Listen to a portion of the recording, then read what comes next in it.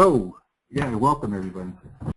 Basically wanted to talk primarily about this new integrated reach system that basically is now out on the market that took a long time to develop and was a very long, involved, collaborative effort between a whole bunch of people. Everybody, you know, the original founders of Rescue 3, myself, Jim Segerstrom, Barry Edwards, a bunch of instructors at Rescue 3, a bunch of people from the ACA had input and did a lot of the early testing on it. And just wanted to talk a little bit about the whys about it.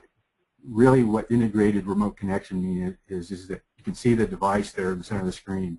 That's called the reach. So we're going to talk about first through the integrated reach system, which is primarily based on this device right here. This is sort of the workhorse. And I'm not going to get into a big sales pitch about that. It's pretty much established its creds pretty solidly in the rescue community. It's been out for a number of years. And what it is a line capture device. What it does is basically you can thread it onto any rope and basically throw it with impunity because it's strong as can be. It's milled out of solid stock aluminum, aircraft grade aluminum, and is anodized for immersion in both salt water. And it's got stainless steel arms. It collapses down so it gets about as small as a coffee cup, and is designed to be worn or carried in a boat, life jacket, whatever. Right? The idea being that if you throw that thing, it is a remote carabiner, and it works incredibly well and is incredibly strong. The rope will go inside one of the gates that you see there. It'll clip inside the gate, and now it gets stuck in here. That's sort of the primary function of the reach. It's just a line capture device. But actually leveraging the full capabilities of the reach, especially in some of the harder areas in swiftwater rescue, some of the big problems that have been continuing to kill people, especially expedition boaters, expedition kayakers, expedition rafters, and rescuers around the world. Basically, having a line capture device, it's not a grappling hook. Okay? Those arms don't actually grip anything. What it grips is a line. They will snag things. You can use it to throw it in the brush. Basically, you want to do a downriver belay in an emergency. We don't recommend it, but you can do that. It has worked for that.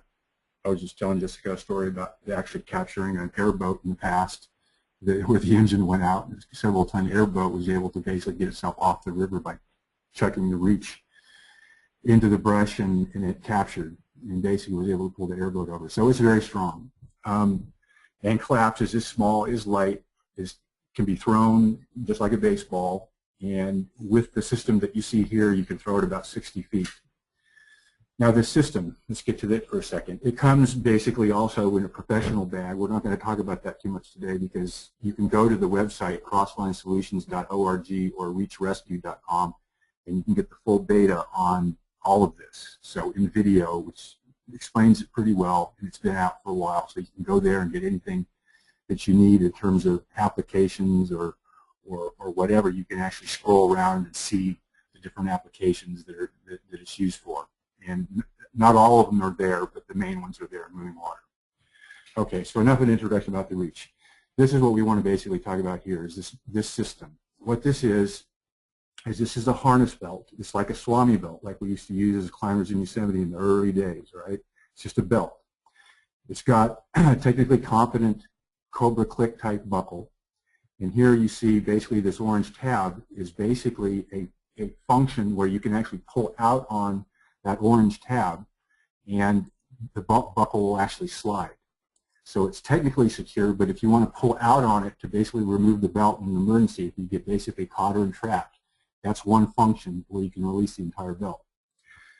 This buckle here basically takes, if you see this black piece of webbing, this 1/2 inch flat that goes run through, it runs underneath two keeper sections of this bag, and then it runs through, and there's a bunch of keepers that are actually on the belt itself. It causes this really strong security of the belt of the bag to the belt. And then this back flap here wraps around the belt on the inside so that you actually have a super secure precision Throwbag, escape bag, tagline, whatever you want to call it. It's all of the above essentially. And also it it sort of has an additional function that it's the rope that you would use to attach the reach should you want to use the reach and the reach function to capture line. This is mainly used basically to allow you to be rescued by the reach, okay? So basically this is worn, and if you need to release the tagline in an emergency, you basically just pop this buckle. This slides out with one-handed release. You can just pull that bag out, and if all the rope will come out, basically there's a small opening in the bag that allows the bag to be directed with a precision throw, and the rope will go, will just slide right out right where you want it to go. And it comes in two different rope lengths, a 40 foot, about 7mm Navigator. PMI makes it. It's a Dyneema interior poly floating lines, orange in color. Really awesome because they got the pick just right on manufacturing the rope, and it compresses perfectly and flies beautifully. PMI really did a great job in designing the rope. And also it comes in a 5.5 if you want a longer length. Some people prefer the shorter lengths if they're doing creeking or doing big water type expeditions where they want a shorter line that they can get in and out but stronger. And then the longer line is for people who are doing, I prefer to have both, you know, so I change the lines out, but they'll both fit. 40 feet of 7mm or about 60 feet of the 5.5mm Navigator will go in there. On the end, let's move to the next slide here. On the end of that,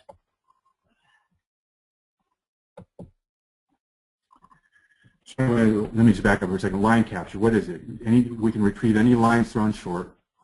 We virtually don't need line guns anymore. Practically speaking, if you get somebody on one side of the river that just throws a throw bag out and they've got a reach on the other side of the river, you can almost always basically capture that throw bag with a reach. So the two of you cross, he throws a throw bag, you throw the reach, boom, clicks in the middle, boom. You've made an auto knot. Cross-river lines are a done deal, right? So it speeds the deployment of rope-based systems. If you're not having to carry a line gun or you're not having to swim a rope across the river, it greatly increases the speed at which we can set rope systems up to do swiftwater rescue, which really makes a big, big difference. And then, as I said before, if we couple that with a wearable, jettisonable throw bag, this creates an enhanced protection, right? And this is going to be important. I'll talk about this more in more slides later. I don't want to get too stuck on just these first few slides. Or we can snag something, right? We can snag a boat that's basically caught in reversal, or it's caught in a pin. We can actually throw that reach, and I've gotten plenty of emails from people who've done this very thing. Right in, it'll capture the it'll snag on the cockpit of the kayak and yank it out. I've gotten lots of emails from people who basically have used it to gain access to badly wrapped boats in really, really expedition-type water where they're like totally screwed. And they just pulled the reach out, chucked it out there, and was able to clip on something on the boat. And then they instantly had access without having to swim or boat somebody out there. Pretty cool. So basically, it's designed to reduce our exposure in water, right? So if we don't have to swim a line, we don't have to do a tethered swim to go out to get a wrapped boat or a pin kayak, or we're basically out in the middle of the river and we don't have to wait for a rope system to get set up because we can jettison the bag and then somebody from shore can quickly cross-clip that line. Well, then we've greatly enhanced our safety in moving water. That's the idea. All right, next slide. Okay, features, applications. Let's quickly run through this. It's light. It's 2.2 pounds for the whole system. You basically dump the whole system, the whole integrated system, even with the reach in the back pouch, the thing's going to float, all right? It's expensive. There's a lot of technical sewing in this system. It's not just a throw bag. It's a very, very expensive, highly precision engineered piece of equipment. You don't want to lose it. Thank goodness it floats. Technically secure waist harness, okay? Talked about that before. We're using a Cobra Click type buckle. Actually, Spedco makes the ones that we're using. It has a little bit bigger ears for cold hands. And it's a little bit larger than standard Cobra Click. And that's an Austria pin type special forces type buckle. Many of you have seen them on other harnesses. They're anodized, they're approved, they're solid for water use, and they're strong, right? And what's so perfect about the Cobra Click is when you get that life jacket on, and we're trying to put this belt on, which goes right underneath your umbilicus, right up underneath the base of the jacket. A lot of times you can't see your hands. So the idea is just to have something because you need to wear it, get up, boom, click, it's on, it's secure. And it's easily sidely adjusted. The adjustment on the side is very easy, all right? So it fits a wide range of sizes. One-handed release of the Throwbag. I mentioned that before. Basically, the whole idea here is it's built for expedition boaters, expert kayakers. They were helped in the design. What was so important, they wanted to be able to hold that paddle with one hand and release that bag with the other, right? If you lose the paddle, you get released, you're still screwed. So the idea is it had to have this precision aspect to it where the athletic performance of the system had to match the athletic performance of extreme boaters. So that's why that so insisting on the notion of one-handed release. Something additionally that's very important here that's very unique to the system. We have a rope to webbing attachment to the quick release, right? So the end of the rope, we actually have sewn webbing onto it. And that webbing, because believe me, we tested every different type of quick release there was that existed to try and find the best quick releases for the system. What's astounding is the oldest and the most simple one worked best, which is an old World War II type stainless steel buckle, right? Carry our soldiers on the D-Day and World War II. Same thing they used to adjust their chutes is what we use to attach the rope to the webbing to the harness. And what releases by simply pulling out, just like the adjustment straps on a high-end backpack that you put on to adjust down. It's the same type of slider mechanism. And we put a little handle on it with an orange little ball, polypropylene ball that's based right where it's inserted into the attachment on the webbing belt. And it releases smoothly, cleanly. It has no moving parts, can get wet, blah, blah, blah.com. All right? Very easy. So we have redundant quick releases. We have the main belt release off the Cobra click by pulling out on that orange tab, and then we have the quick release of the rope to webbing attachment to the belt itself. We're using PMI Poly Navigator 7.5 or 7 mil or 5.5. The whole system had to have aggressive swim performance, right? It had to fit small enough. It's just the right size to get the amount of rope that you need, whether you're creeking, doing extreme kayaking, or you're actually a rescuer and want a little bit more length in your bag for your personal bag that you're using either as an instructor or you're teaching or you're actually going out in the field performing rescues. And again, collaborative design and field testing. I'll get into that more later. Next slide. There's the Cobra click, and there's a little tab on it that's modified for pull release. You just pull up on this tab right here, and basically this main webbing belt will slide all the way through, right? But if you don't pull up on that with purposeful motion, the belt will not come off. And honest to goodness, I would wrap on that belt with a set of leg loops because there's no way that belt's coming off unless you pull the orange tab out. There's absolutely no risk of accidental release. That was really important in design. I just backed up. I don't even know how to back up here. Okay. Rear neoprene pouch. This neoprene pouch basically slides on the back of the belt. You do anything once in a while? Slides on the back of the belt. And it's made out of neoprene, so it adds flotation. So which is part of the reason why the belt actually floats. Okay. It's got enough room in it to actually attach the reach, which you see off there to the right, collapse down in the collapse mode. Over here, that purple webbing right there actually I use a set of leg loops. And so I can turn the whole thing into a harness and wrap off it if I need to. And that locking beaner actually attaches because inside that pouch, the actual belt webbing is accessible, right? So the main belt webbing, if you go in the inside, you can pull through that.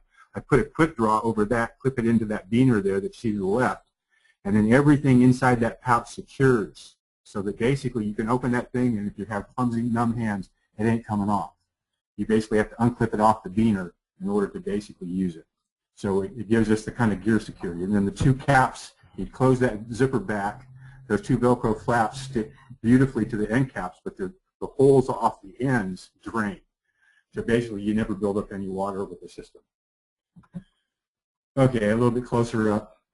I just mentioned that before. Add a short quick draw threaded through the main harness webbing. It creates a sliding rear belay point tucked away inside attached to the locking beaner. That gives you security for the reach, for the gear, and for you because you can use that quick draw. That's actually attached to the webbing harness on the inside of the belt, right? Pretty slick. And that beaner won't rotate because it's basically on there with a quick draw. So basically you can unclip it if you're going to do some type of thing like a pseudo belay where you basically are right on the edge of some terminal feature. Don't clip onto your life jackets, you know, quick release harness. It's dangerous, it's silly, and basically there's been numerous cases of people nearly dying from doing it. Now you can basically just clip into the back of your integrated reach belt harness because you've got a backup belay, okay, and it's solid. And this is what it looks like when it's fully closed with the two end caps on it with the Velcro. So all you have to do to flip it open, flip the Velcro flap off with your hand. It all can be done blind while you're getting churned or whatever. Pull the zipper open, reach in. Everything will be connected to this locking beaner here, including the reach, which is on a little sling. I'll talk about that later. And then everything to get off, you have to actually, you can do it with a one-handed clip. It takes practice, but basically is worth the practice. Here's the rope to webbing release, what it looks like. We're looking down towards the drop of water. Here you have the rope to webbing connection. It's sewn. It didn't come out perfectly clean, but you can kind of get an idea of it. Here's a World War II parachute buckle, and here's a quick release. And as we're pulling straight out, after we release that other buckle that you saw, everything slides through cleanly. We've got mesh on the back of the bag that lets it drain. We don't have to pop the flap open, since this flap is basically got a split right here, sewn split. And so this flap comes on the inside of the jacket here, or inside of the belt. So when you're putting it on, that flap tucks back here. It's soft neoprene, right? And then the rope gets stuffed back in the bag, and it ends up abutting directly up against this quick release. So it's super tight, super controlled. There's no risk of you basically losing the rope, even if you're out there swimming over the top of strainers or swimming through brush. It's secured solid. It's only going to come off if you want it to come off. Okay, just a little bit of propaganda. This is the basic, you know, back when I developed the swiftwater rescue training programs with Segerstrom, this is sort of the mantra that we tried to get out there. I modified it a little bit based on later experience in life. It's teach. What do we mean by that? Train, train, train. Everybody on the river needs to get trained.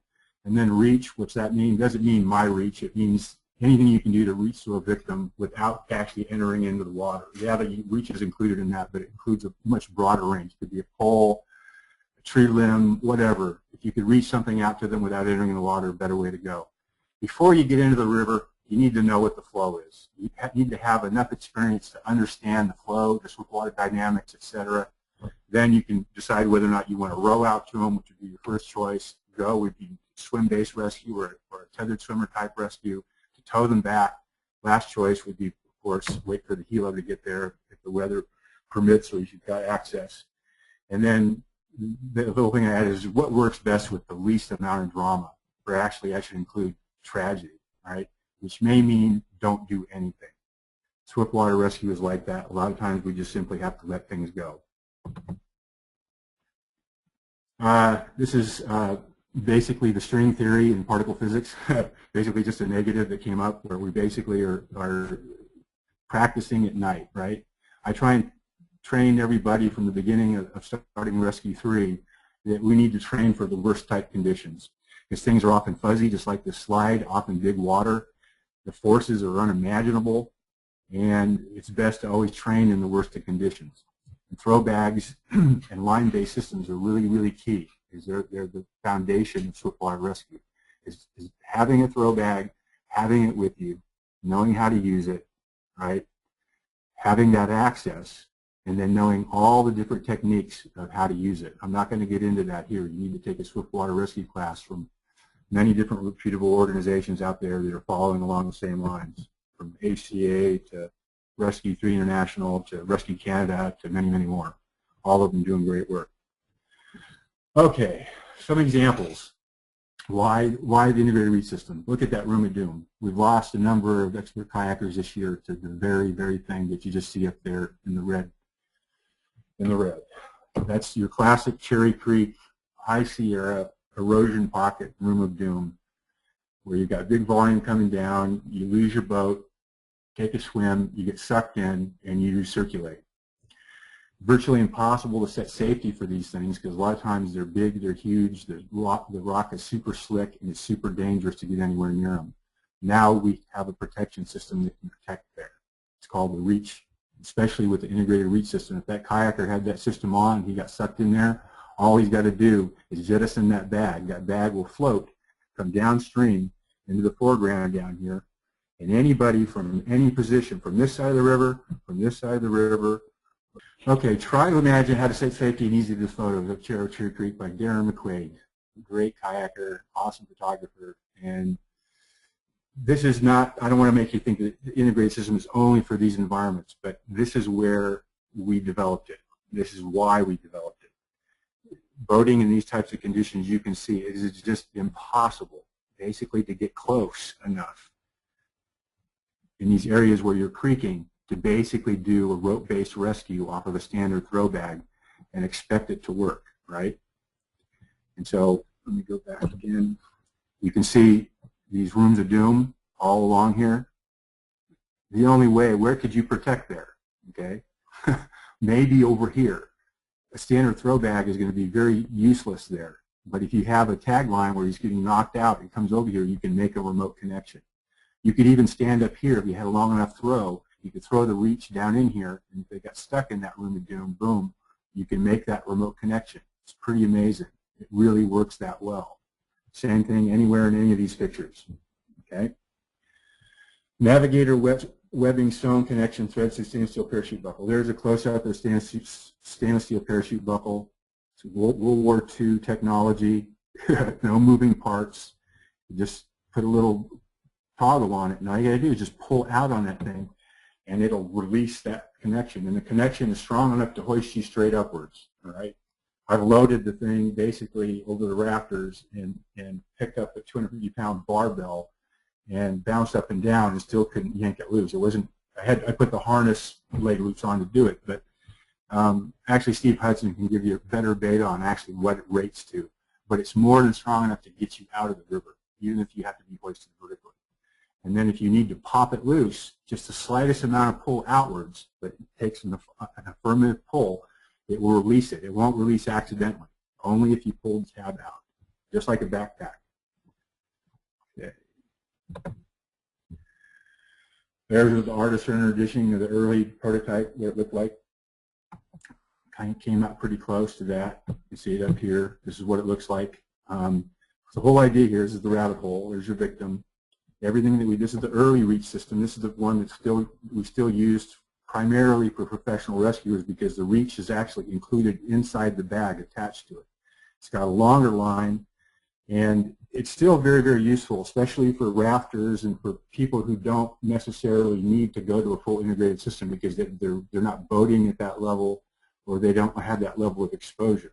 Personally, I feel that anybody that's doing any professional rescue work, especially if you're called out at night or whatever, there's really a distinct advantage to moving to this platform. But this is also still available, right? Helicopter-based rescue, I'm not going to talk about that too much other than to say it's a fuzzy area right now about what the potential of line capture is.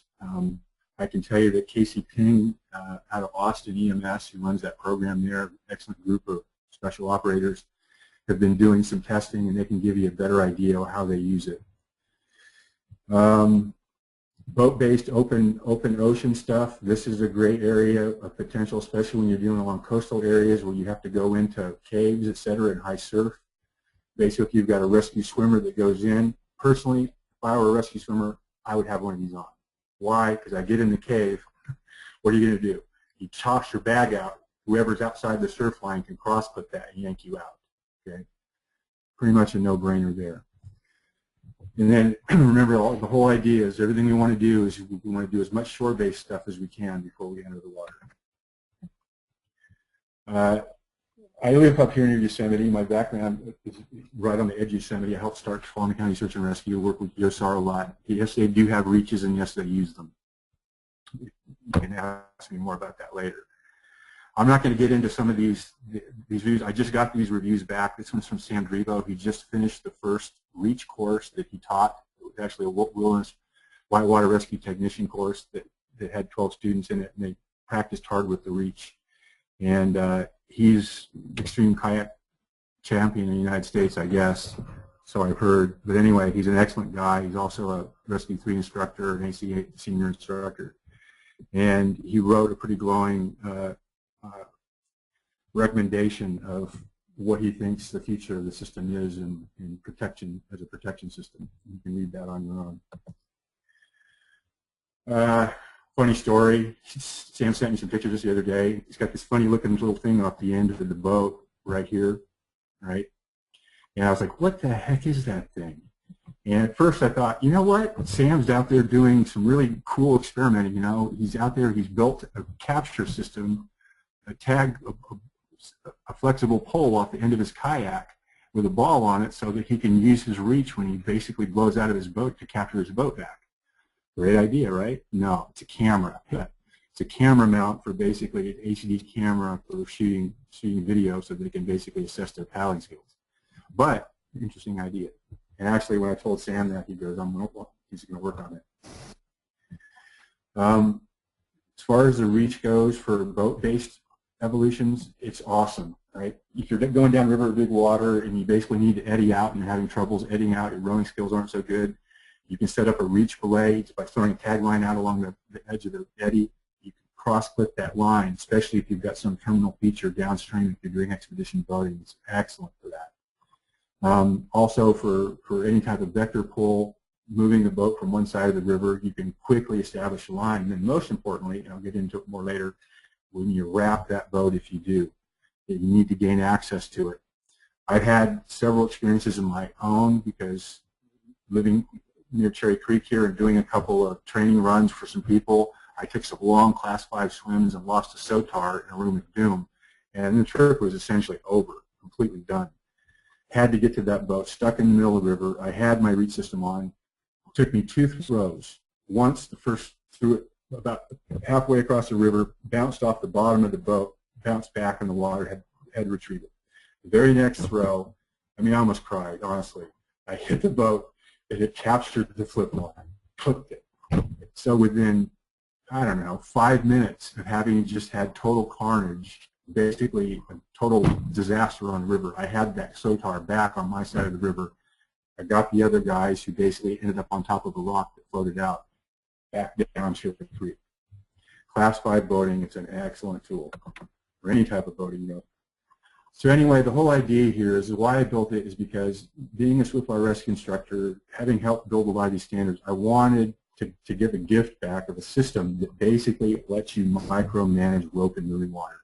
Ropes are like snakes. Everything that we do, it's rescue-based, almost is all based on rope-based systems.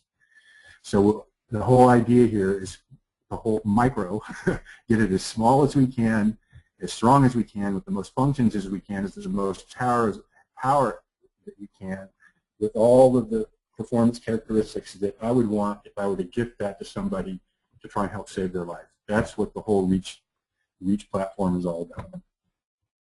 Pseudobelays. I wanted to just mention that quickly. They're a unique reality. What are they? I don't know if you can see off screen, but this guy right here, he's getting a pseudobelay. He probably is too. What it means is he's clipping into the back of his quick release harness system on the back of his life jacket. It's a bad habit. It's done a lot, especially in technical moving water, technical swiftwater rescue. Those systems are not designed as belay systems except when you're in the water. And so if you're sitting somewhere and you're above the terminal feature and that jacket releases, or you happen to run your arm across it and you release that buckle, your belay is over, right? And so the whole idea, in addition to this Throwbag escape platform, we wanted to build a belay platform off the back. So you basically would no longer have to do these pseudo belays, but you actually could do a real Swami-based belay. Just quickly do it, unzip it, unclip that beaner, clip it in, and away you go. And now you're safe, especially if you're above a terminal feature that basically, you know, it represents a void. If you fall in there, you die. So why are you belaying yourself off the back of a life jacket that's basically designed to quick release in moving water, and it's not rated for that? It's pretty crazy. But this is, okay, because you've got the webbing belt, and you can see the Cobra click over here. It is rated. And again, you pop up the rear belay piece, just pops that open. There you've got a quick draw with a locking beaner. It doesn't come with a quick draw locking beaner. You have to buy that yourself because everybody has personal preferences for length. And plus, I'm trying to keep the cost down. But you can easily just retrofit it to slide it right in there. The system comes with full DVD instructions about how to use it. They're pretty up to date, not completely. There's also two websites I mentioned earlier, reachrescue.com and crosslinesolutions.org. The ORG site streams a little bit faster, but the reachrescue.com has got all of the buying information on the back side of that. So that's helpful on the last page. Okay. I'm just going to run through some slides here because I'm going on a little bit too long. I want to get through this whole thing for you. You really start thinking about how you protect, right? Especially in canyoneering settings where you've got just no opportunity. It's all dynamic downriver based protection. It's perfect for basically the reach system, right? Where one boat is belaying the next boat is belaying the next boat. And all you got to do, rather than hit a moving target, is just toss a tagline off of it. And now the length of your target is expanded for the length of the tagline. It can be up to 60 feet, even longer if you've got a longer tagline. Right? It's great for lining boats if you're doing any type of portage type stuff in expedition boating, et cetera, et cetera. There's the first reach system. This is the bag that basically is, you'll see most on the river these days because this new integrated system just came out. A couple additional points. If you want to basically have a system that gives you enhanced protection at night, this is the way to go because you've got all of your functions basically on. You're wearing your throwbag. Things happen fast. It's all designed to be intuitively deployed. You're not going to have to. You're going to be able to have both hands free. If you need to be, it's still attached to you. If you need to release it, you can just release it. I'll talk more about line guns in the future. I'm not big on them, but I don't want to make any enemies here. Big water swims, right? This is swimming a line. This is crazy. Okay, there's no need to do this anymore. All right, maybe with a line. Okay? And this is a very subtle point. I want you to get this. This person should be swimming that river without a line. Okay. If he had an integrated reach set system on, he could basically swim like an otter across that, get to the other side, and then these guys over here could throw a throwbag partway out, and he could throw his reach partway out. They'd clip, and he doesn't have to swim that line anymore. Okay? That's really, really important. If you'll practice with the system, you'll virtually eliminate cross-river swims with lines. Again, a room of doom, pulling vector pulls. Anytime you want to avoid this type of heroics. We can't always do that, but sometimes if it's just a matter of getting a line clipped onto this remotely to haul, you can do this remotely now. Okay? This is a swimmer-based entrapment drill where basically we're doing a tethered swim. We can avoid a lot of tethered swims as well with our entrapment release techniques that basically are modified with the reach system. The whole idea in entrapments now, where's my arrow? This guy, if he had released a tagline downstream, he would have attachment already to him. He wouldn't need these support lines that need both access to both sides of the river. He wouldn't need this guy to basically risk his life and enter in the water, right? This guy would be sitting over here on shore. He would have thrown his reach across his tagline that he released downstream. He would have made a remote connection, and voila, step one of the rescue access has already been made. All of this is unnecessary heroics. Okay? We still practice for it, but it's just, you're not really practicing state-of-the-art entrapment drill release techniques if you depend totally on this in your teaching programs. You need to basically modify them to basically reflect what can be done safer. And it's all about speed of deployment, right? If you got to carry a throwbag or you drop it on the ground, you're leaving it, you're basically hustling to go back to the truck to get it. Why not wear it? Yeah. If you're this poor guy who just got stuck in a foot entrapment, how much easier it would be rather than depend on this guy to have to somehow meander his way out here in the middle of the river and then set a belay line, and you don't see the other guy that has to be on the other end of this line to basically wrap around you to get you to pull back upstream. If you had an integrated system, you could release that tagline, it would go downstream. Somebody from shore could clip that, they automatically have access. And then they can change, they can add additional reaches, they can walk it back upstream, but you've got a secure harness on you now. It doesn't have the stripping propensity that life jackets do, because it's like a swami. It fits that securely underneath the rib cage, yeah? So when basically the idea is here is that we're not going to strip your life jacket, because a lot of times we end up clipping on to the back of the QRS on the life jacket. And then, especially when we're pulling back upstream, it's the perfect vector to just yank that jacket right off of you. Okay. Additional reason why wearing a harness type belt underneath the base of the life jacket, extreme boaters have taught us a lot. They're teaching us that too, right? We need to modify the way we do things to actually maximize our safety and performance. Okay, moving along. So what's wrong with this picture? Okay, well, I want to give a little plug to Joe's Hunter, right?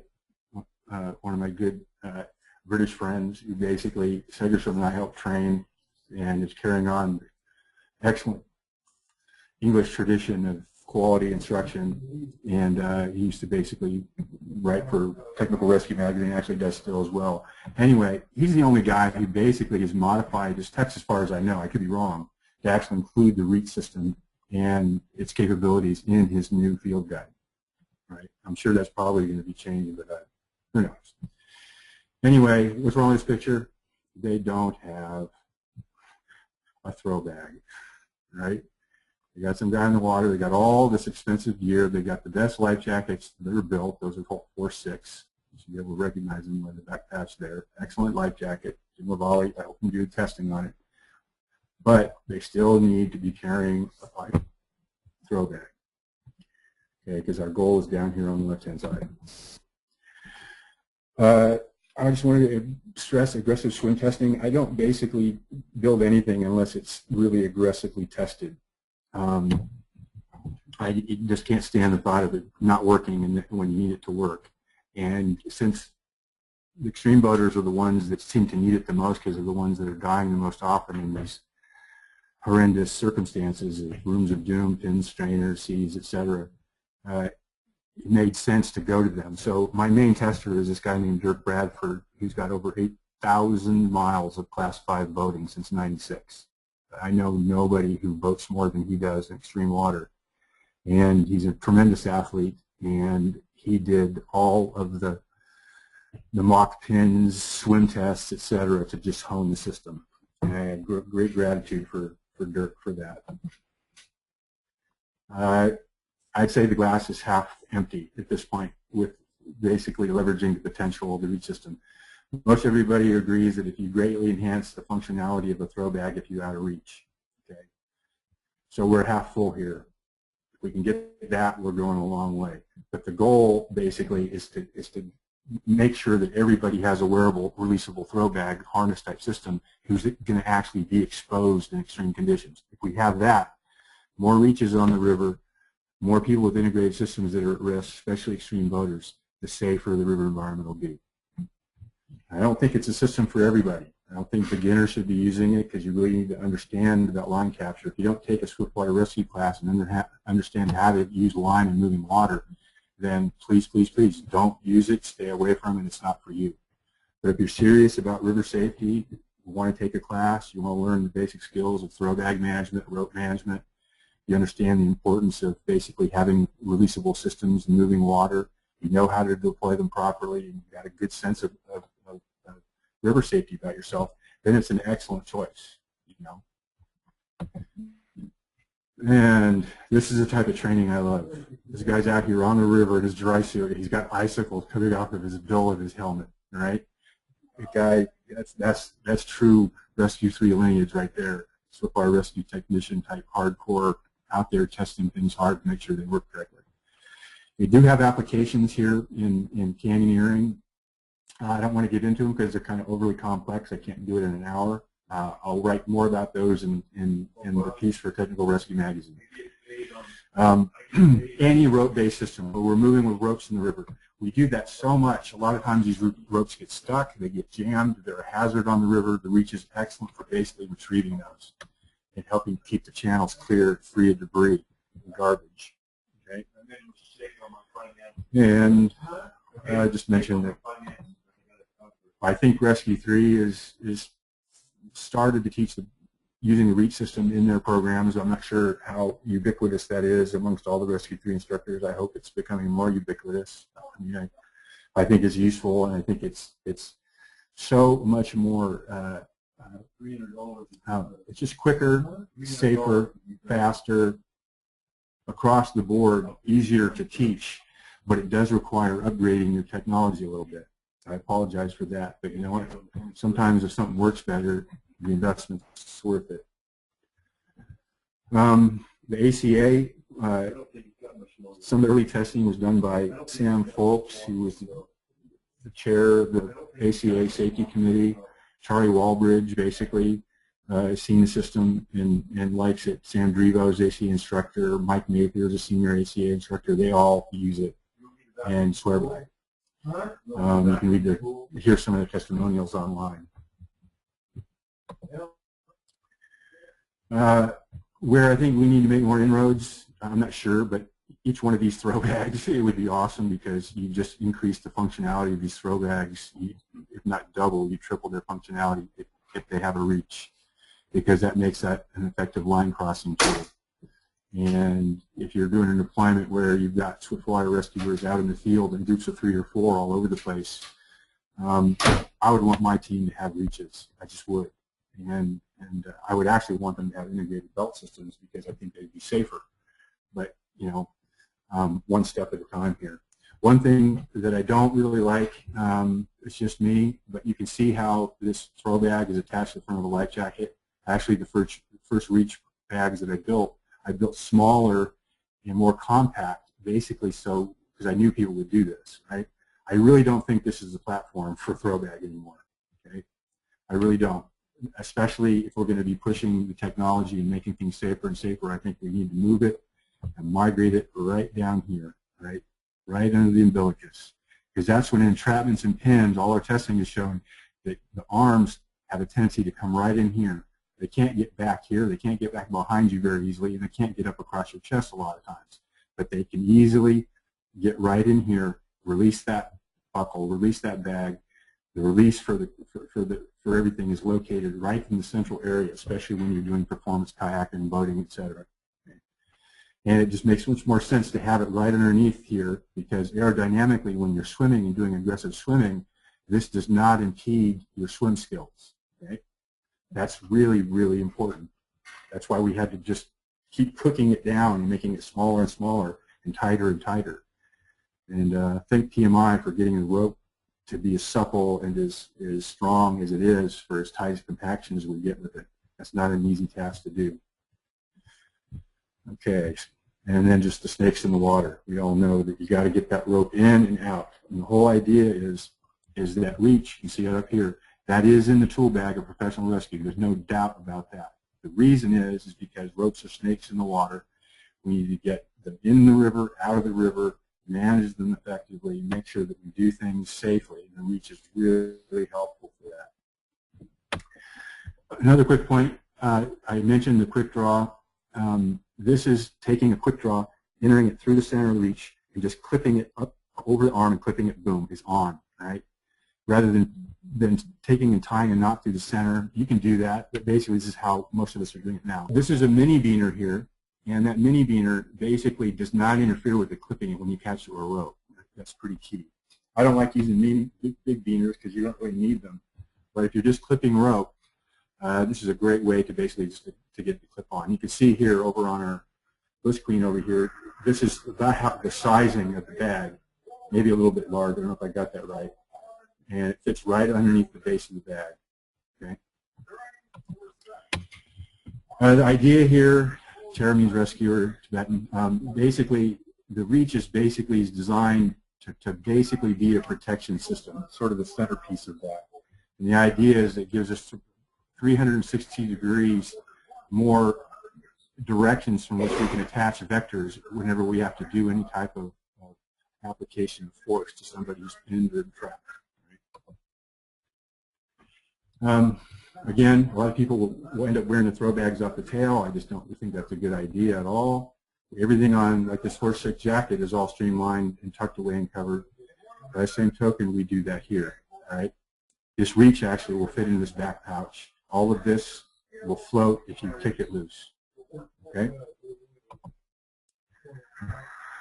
And again, another little picture of this. The idea here with this slide is, let me go back.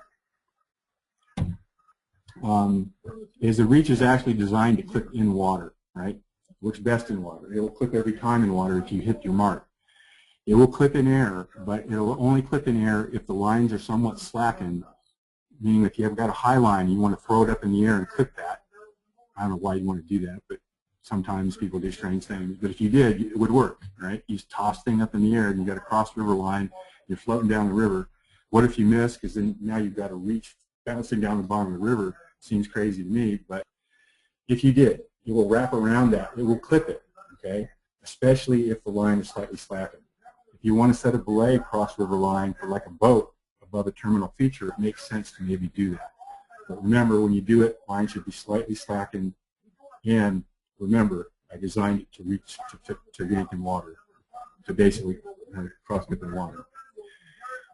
This is another email, basically, from Dirk Bradford. I'll let you read that later when we get into it because I don't have time. But basically, this is the gentleman I told you that has done most of the testing.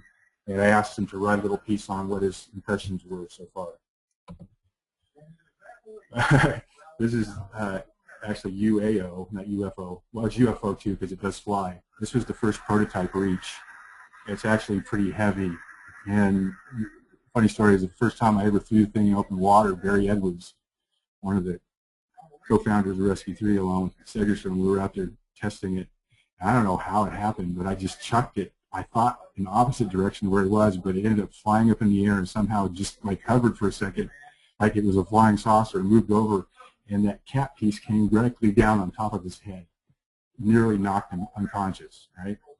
So I took that as a sign from the heavens, and basically I put it down the drain. It's retired, but it worked. You know, it caught his lines, but the whole idea here is that now we remove the arms down and the arms actually collapse. It's much lighter, easier to throw, and you can do it more accurately. This one you had to sort of swing throw, like a Samson throw. Back up again.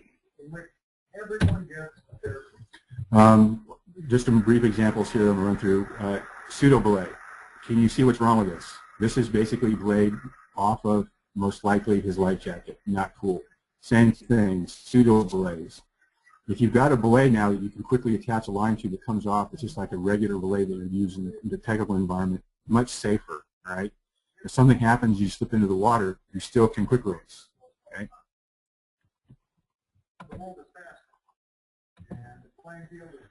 We'll skip over this. Basically, it's also a great tool, especially the original bag. I've used it a lot in doing stream crossings in the spring in the high sea ground. You can take and throw the reach across the stream, basically clip it in the brush, and set a tension thread with it. You basically, to test the reach setting, you basically do a little mechanical advantage setup where you just do like a 3-to-1, you tension it up, make it taut, and you only use it as a guideline to help you do your crosses. And then if you fall and slip, boom, it'll guide you over. So it's very useful for that. Like I said again, Sam Drivo is now teaching a specialized course for expedition kayakers, and his expedition kayak team is all going to be basically outfitted with the integrated systems. I just want to emphasize one more point here. If this were a true entrapment, even though this is a pretty mild slide, he would be under the water, right? He may be completely covered. You may not see him. Getting access to him means somebody on this side of the river, somebody on that side of the river generally has to walk a rope upstream up underneath him to help pull him up. You can imagine in the river setting how often that's going to happen where you're going to be able to do that in time, okay? This is all wishful thinking. Most of the time it just doesn't happen like that. Every once in a while you may get a save like that. What makes more sense is if you're a rescuer or you are a kayaker or a boater, you stand up, you get a foot entrapment, and you release that tagline. Now you've got an orange line floating downstream for everybody to see. Where did Tom go? Oh, Tom's over there. There's his line. You just run up with your reach, you cross-clip that line. Now you've got a harness on him, and you walk it back upstream. Okay? Sam Drivo just tested that out this last couple weeks ago and said it worked beautifully. We already knew that. Okay, this is our sort of standard rescuer garb. Why did I think about that? Well, here's what I think about that. It's just way too loose. You know what I mean? If we could just, even though I love these sports jackets, I guarantee you those are not fitting perfectly. They're too big for the size of these young ladies, beautiful young ladies. And this throw bag that's up front, can you see that space that's in between? As it's hanging down there, that's going to be really difficult for her to swim over a strainer with that. And I think we should just hold our rescuers to a higher standard than that. Even though that's the gear that no doubt that she was issued, it doesn't fit. Just like this doesn't fit. Off the side is a little bit better. You know, I'm not going to make too big a deal out of it, but I don't like exposed beaners. I don't like throw bags because I like doing strainer drills. And I can guarantee you, it ain't going to be easy to get over that with this. I mentioned it before.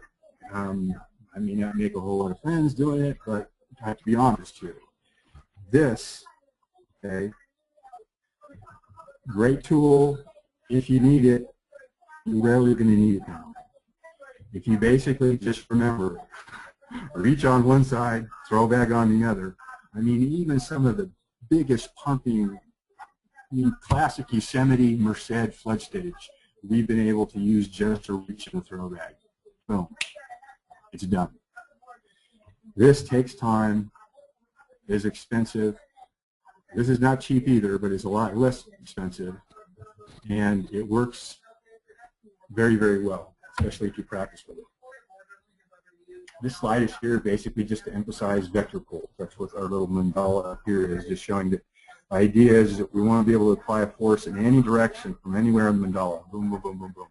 The reach allows us to pull from any direction, wherever we want to pull remotely, by simply tossing it, clipping, pulling. This is what the end of the bag looks like. Kind of looks like a dolphin a little bit. And the sewing is precision technical sewing. It's really the work on it had to be done just right in order to get it to function properly. So it's got this top Velcro flap. This flap, top flap, is called a split flap. And this runs on the inside. This top flap runs on the inside of the belt, right up against your belly. And so when you pull it loose, this basically pops open because it is Velcroed down here. So there's no need to actually pull it off, open up the bag, and toss it.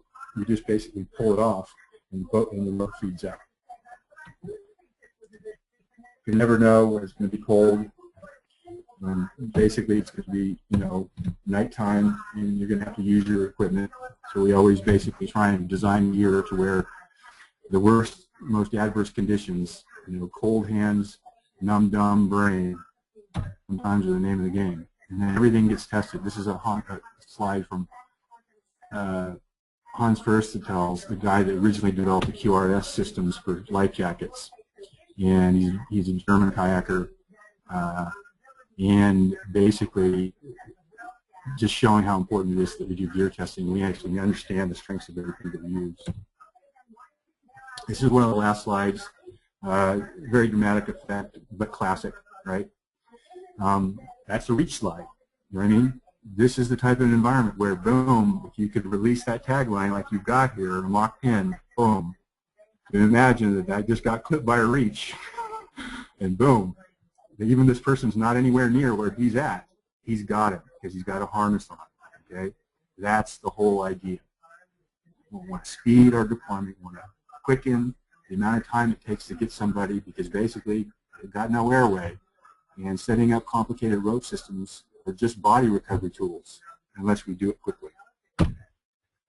I just wanted to thank Jim Segerstrom, that little blurry guy in the background, because I couldn't find a slide of him anywhere. Barry Edwards, my old partners at Rescue 3. They helped start Tuolumne County Search and Rescue.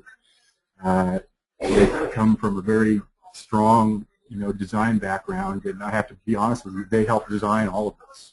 Barry was integral in designing the collapsible design of the system.